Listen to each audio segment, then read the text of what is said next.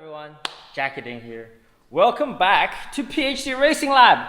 And you can tell the M2's gone through a bit of changes. Well, most notably a beautiful freaking livery by our graphic designer Catherine. We think it looks quite good. But obviously we haven't uploaded a video in like God knows how long. That's not because we've been slacking, totally not. There's been a good chunk of work going into this. First off, the things you won't see, we now have the ECU of the car DME sent out to Finland to get unlocked. So now we can throw a tune on this thing if we'd like. We've done, outside of that, a couple of extra things, such as, if Alan would like to follow me, the full MOMO suite of equipment. We have the MOMO Daytona Evo full containment racing seat with very awesome, actually. There's 6-point harnesses set up as well. Quite like these. This is on a slider. That one is not. We thought since we're going a little bit more extreme on the M2, we might as well put the full containment seat in there because this is just the safer way to go. In case of side impact, which your boy driving very well might be, probably safer to protect the neck because Han's device protects you in this direction, but it doesn't protect you in the side-to-side direction. So you don't really want to drive with full containment seat on the streets, just letting you know, because you can't really do a shoulder check, can't check the mirrors. But for track use, for what we're doing, perfectly fine. Thank you, MOMO, for that. And we're going to move on to the bottom of the car. We're going to show you what exactly we've done since last time. Beyond what you've seen last time with the full SPL install, thanks to Turner being here, we've also added, if you look on the top, a set of JRZ RS Pro two-way coilovers to the M2. These are remote reservoirs. We've mounted the remote reservoirs through to the top in the front and then through to the trunk in the rear. Both have quick disconnect. We've added a couple mods in terms of like their customizability options, such as a larger diameter front shaft to better deal with McPherson front suspension because you're bending and twisting it a lot more than a double wishbone. We call this the Mr. Big Shaft package. So if you're a big shaft like me, let me know. We'll get that. Want your big shaft as little friction as possible for maximum. So we've also gone for. We've also gone for the low friction coating inside your big shaft damper Alex is losing in the background. But like, yeah, those two are just two of the more notable upgrades. But today we're gonna tackle the very quiet elephant in the room, which is the exhaust, because the car is actually being quite quiet. It doesn't really help because you can't really hear much. You can't really like judge your shift points as much. You can still use the we've been using the HUD, the heads-up display, really nicely, but to be able to hear the car like audibly, it would be a really nice improvement. So today we've gone to our friends at Active Autowerks for likely their lightest setup. This is the single midpipe. Alan, being the hot boy that he is, suggests we should have gone for the very wavy, very like curvy, dual equal length midpipe because it makes the car sound better. We are trying to go for maximum weight reduction, and instead of having two pipe runs kind of concurrently and then join up in the back, kind of like, it just didn't make as much sense. So we're gonna see if this creates an restriction down the line. If it does, we'll do something about it. But for now, I kind of want to go for maximum lightness. Oh yeah, we're chopping off the car. Alex, do you want to show them the saw? Fun story, I had to explain to my Home Depot associate why I needed a battery-powered sawzall with a metal blade to cut up people's exhaust. This is an actual pretty cool piece that comes with the exhaust. This is the factory center brace.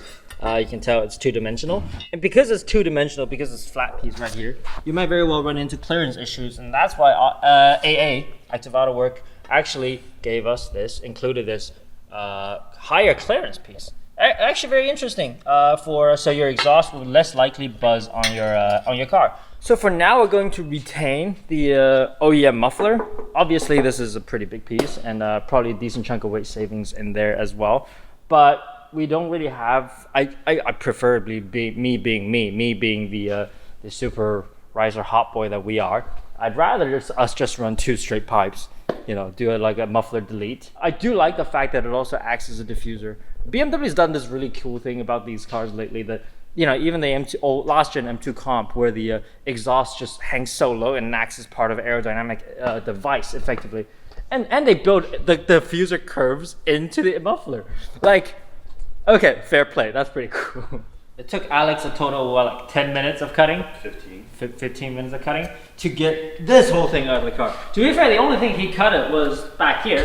The front just unbolts, and really, if you look at it quite visually, it's fairly easy to tell why we wanted to do the single.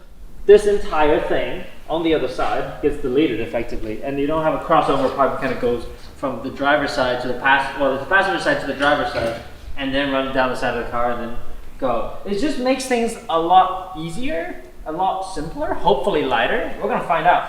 I am zeroed on the scale. With the factory exhaust, 48 pounds. 48 pounds of mid-pipe. Just mid-pipe. That's what I said about my mid-pipe.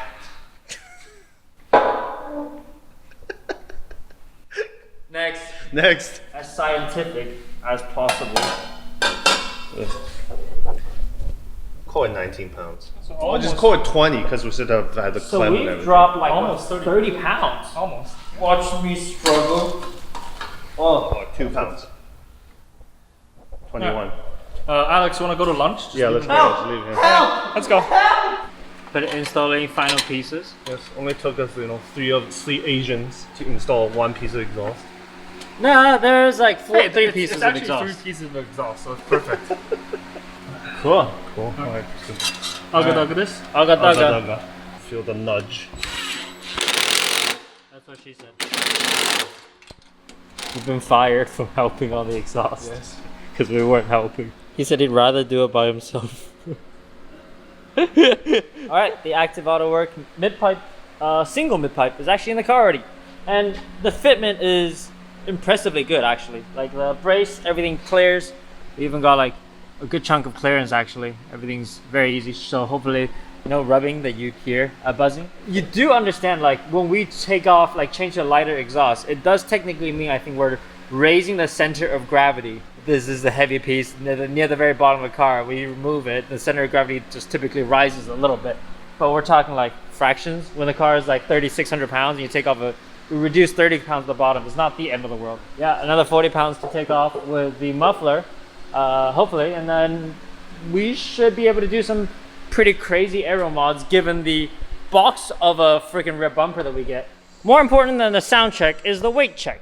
All right, please. 3681. Yeah, I forgot the original suspension is still in here. Oh my god! Fucking hell. On this side? Yeah. Oh, That was 70 pounds? it's almost 80 pounds. This is now just a tick over 3,600 pounds. Why are we celebrating 3,500 pounds? I thought that was heavyweight. Stock Supra, 25, 29. 27. Is it 27? Yeah, yeah. 28, 29, yeah. 2,800 pounds? Yeah, 2,800 pounds. 32. Still 32. 300 pound over. Hey, my car's Hey. 400 pounds. Hey, to be fair, all right. Considering what we started, this car is what, like 3,800 pounds before? So drop the meat on it. We've dropped a single Alex out of it with all the original body panel still. With the roll cage, yeah, that's another like 50 pounds. Like without the roll cage part, the roll cage is 55 pounds. 55 pounds. Yeah. So we take that out, it would be like 35, 50 pretty much. I'm gonna jump in the car and measure the car with me in it. Jackie in the car. 3750. Wait, I'm at 140 pounds now? This is what happens when we get a girlfriend. Yeah. So what we have proven is Jackie is not faster than us because he's good. It's only because he's lighter. Yeah. Okay. Good. That makes me feel better. Quiet on set.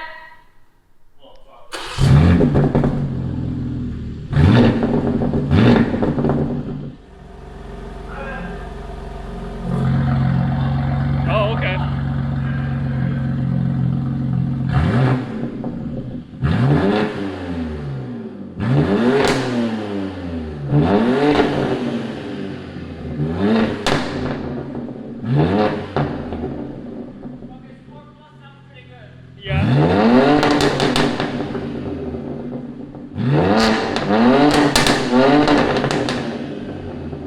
So if you're just here for the new parts installs, that'll be it. And you can exit the video because we're done. We're gonna start talking about very technical stuff because this is where it gets really, really fun.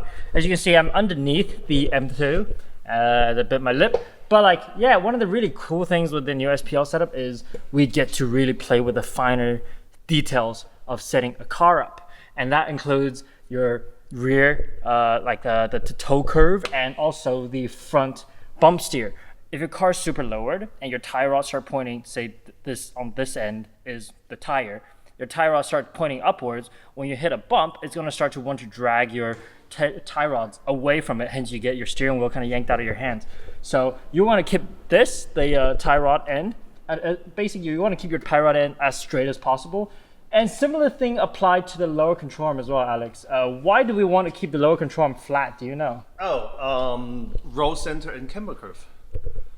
Well, that's a short answer. Do you want a more complicated answer? Can you give us a complicated answer? I'll have to call Turner for that one. Okay. Anyways, you want your lower control arm as flat as possible. Actually, slightly tilted downward for McPherson, because that way when the car compresses like right around the edge, that let's talk about say like the right hand side of the car. If you compress, your outboard pivot point actually goes out, which means you will actually gain camber under compression to give it more cornering contact patch.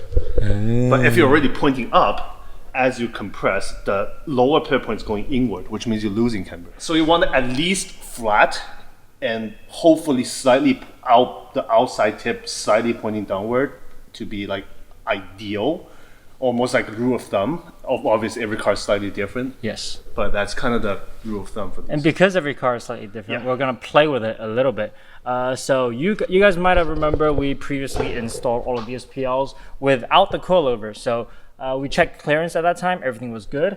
And now with the JRZs on the car, and we lowered the car quite a bit, as you'll see in a little bit, there was a little bit of clearance issue, which is why we added a little bit of spacers to the tie rod end also, as well as this. This was more for like roll center, as we talked about. This is also for a bump steer, adjusting the bump steer characteristics of the car, plus extra clearance. Yeah, that's kind of small things. We added, the SPL provided a bunch of spacers, and we added one of the big ones. Yeah, which is really useful, because if you think about it, if you just use the same spacer size front and rear, you're moving the pivot point equal amount down. Effectively, you're making a drop knuckle while keeping the geometry very, very close to factory. Yes. So the more you add up top, the more drop it gets. But there is a limit. There is a limit. You can't drop everything. Yeah. So like with SPL, as you can see here, there is like 2 smaller spacers and 2 big ones, one up top, one at the bottom. The limit is you can put both of the 2 big ones up top, but that's it. You cannot put all 3 or all 4 of them up there, because then it stresses the bearings and everything out. So that's the general rule of thumb. We're gonna try with the new setup, with the new coilovers, one big spacer up above the bearing, and one for the tie rod in as well. We already added a few of the tension rod just to help with clearance, and obviously once you lower the car a little bit more, that wasn't quite enough. And then we'll keep experimenting and report back. Hopefully we like how this feels. Yeah. That's our tech talk for today. And next time, as Alex already hates me enough about how many small things I want him to fuck with on this M2, we're gonna fuck with the rear caster. Oh boy. That's another can of worms. That's another can of worms we'll save for another video. But like, yeah, quickly you can tell. There is the big spacer we added for the tie rod end up top. And this you can tell we obviously haven't, because all 4 of the spacers are down here still, and there's nothing up top above the bearing yet. So we're gonna do this right now. I mean, they are adjustable, might as well adjust them and see what happens. Yeah, since they're adjustable, we might as well play with them and see how it differs and how it feels. There we have it. Car looks freaking spectacular lowered, I think.